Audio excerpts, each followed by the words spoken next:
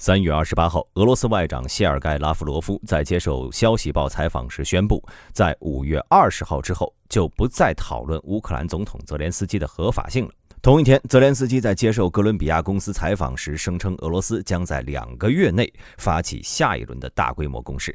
与此同时，巴尔干半岛的火药桶有再次被点燃的迹象。今天大兵和大家一起聊聊这些问题。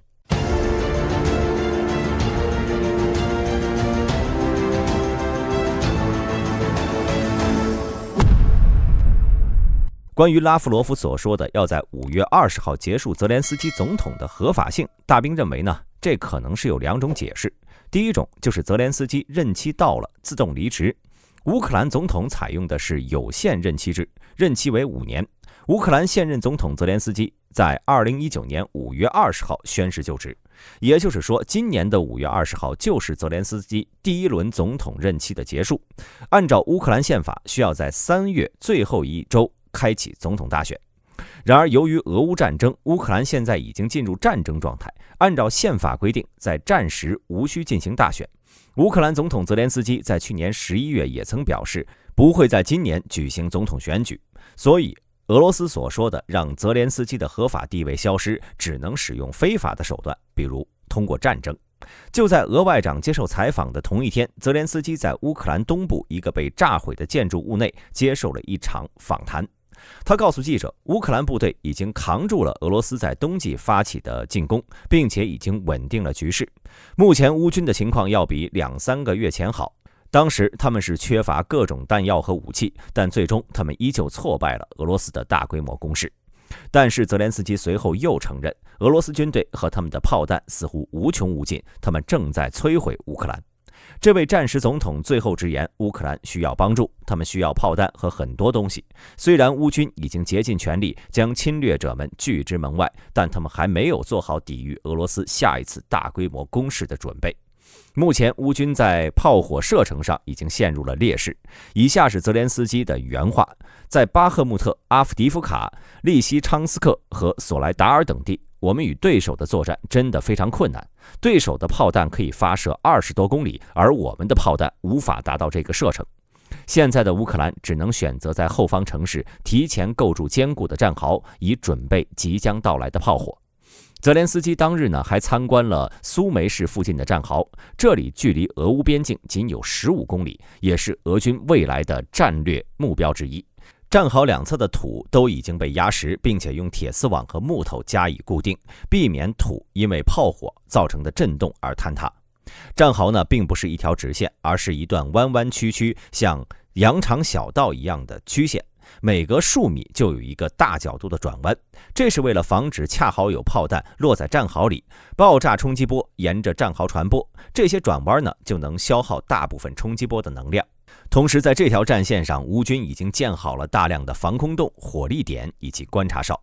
可想而知，不只是苏梅市，其他乌克兰城市外也存在着大量防线。如果俄罗斯打算在5月份发起强攻，面对如此坚固的防御工事，恐怕是要付出惨痛的代价。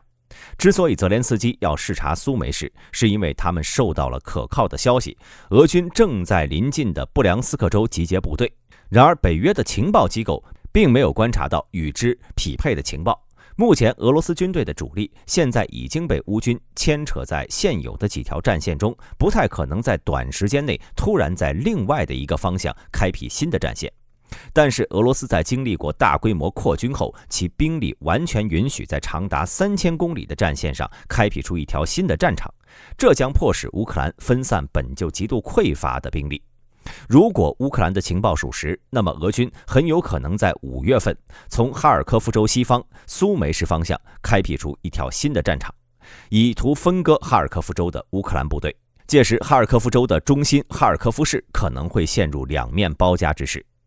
对于此时的乌克兰来说呢，由直接防御型组成的军援比什么都重要。比如说爱国者防空系统，之前北约援助了乌克兰12套，现在乌军已经消耗光了所有导弹，使得他们最近都没有什么动静。然而目前唯一拥有大量装备且能够援助乌克兰的美国，却因为党派争端无法进行有效的援助。在3月底，只有德国选择向乌克兰移交了一批新的军援，包括14辆油猪装甲车、豹2坦克弹药、15000发155毫米炮弹和一些轻型防空和反装甲武器。然而，这笔援助对于现在的乌克兰来说，只能算是杯水车薪。毕竟，俄乌战场每天平均都要消耗上万发炮弹，仅靠德国一家的援助很难改变现在的局面。聊完了乌克兰这边，我们再来看看俄罗斯最新的动向。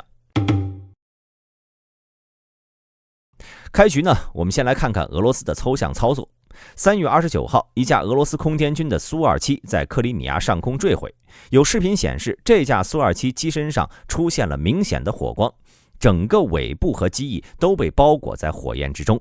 战机的动力完全丧失，一边旋转一边下落，就像是一个竹蜻蜓。事后，俄军证实这架飞机的驾驶员已经跳伞逃生，并无大碍。事发地呢，距离俄乌前线110公里，超出了乌克兰现有防空系统的打击范围了。也就是说，这事儿啊和乌克兰没有什么关系。一些乌克兰博主认为，这又是俄罗斯防空部队搞的乌龙。毕竟俄军痛击友军已经不是1次2次了，2架 A50都被打下来了，别说一架苏27了。然而，俄罗斯智库负责人米哈伊尔声称，这架苏27的坠毁呢，是因为技术故障，这就非常搞笑了。如此大面积的着火，很难想象是某种技术故障，反倒更像是飞机油箱被破片击穿后点燃了。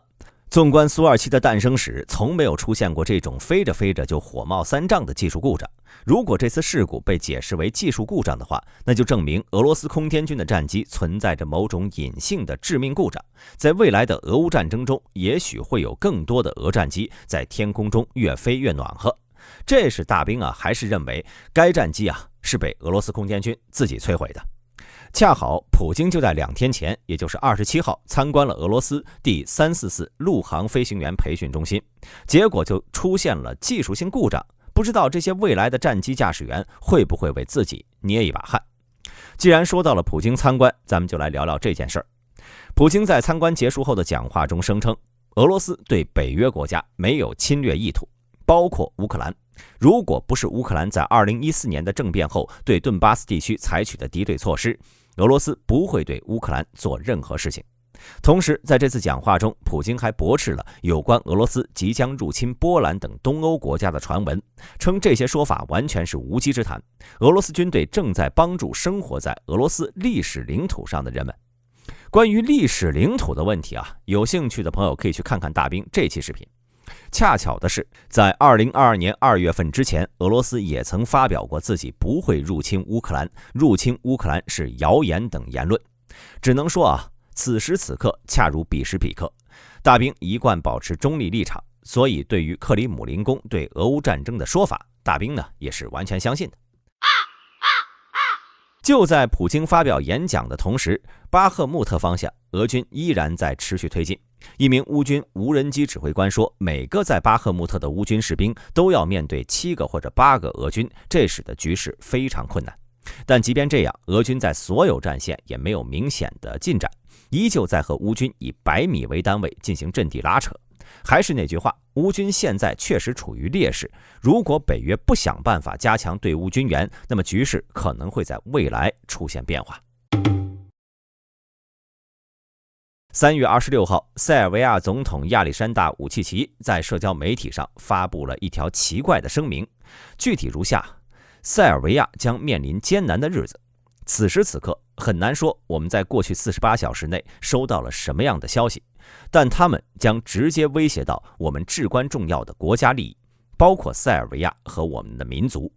在接下来的几天里，我将向塞尔维亚人民介绍未来的所有挑战，它是非常困难的，但我们会战斗，我们的国家会取得胜利。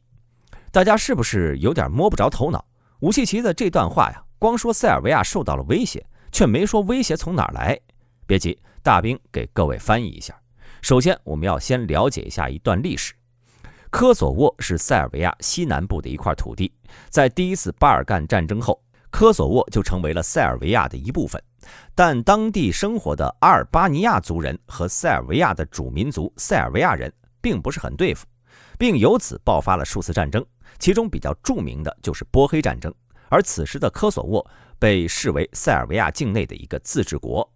在2008年，科索沃在北约的支持下宣布从塞尔维亚内独立，但塞尔维亚政府宣布绝不放弃对科索沃地区的主权，但同时他保证在不使用武力的情况下阻止科索沃独立。从2022年开始，塞尔维亚和科索沃便开始就关系正常化一事展开了谈判，并且拟定了一份草案。该草案基本让科索沃变成了一个独立国家，塞尔维亚只对其拥有名义上的主权。在2023年12月，双方领导人就这份协议达成了口头同意。然而最近几个月，塞族军队开始在科索沃边境集结，这件事呢，可能和不久之前塞尔维亚境内的政治动荡有关。然而除了科索沃，塞尔维亚还面临着其他问题，其西部的波斯尼亚境内也生活着大量的塞族人。在去年12月，波斯尼亚境内的塞族人宣布要脱离波斯尼亚，并入塞尔维亚，这使得两国的关系变得非常紧张了。至于武契奇所说的危机到底是来自哪个方面，目前还无法确认。但大兵要提醒各位啊，由于巴尔干半岛复杂的宗教、种族、政治因素，历史上就有火药桶之称，许多战争爆发前的征兆是极其短暂的。所以在接下来的一段时间里，大兵也会持续观察事件的发展。对此各位有什么看法？欢迎发表在评论区。本期视频到此结束，我是大兵，我们下期再见。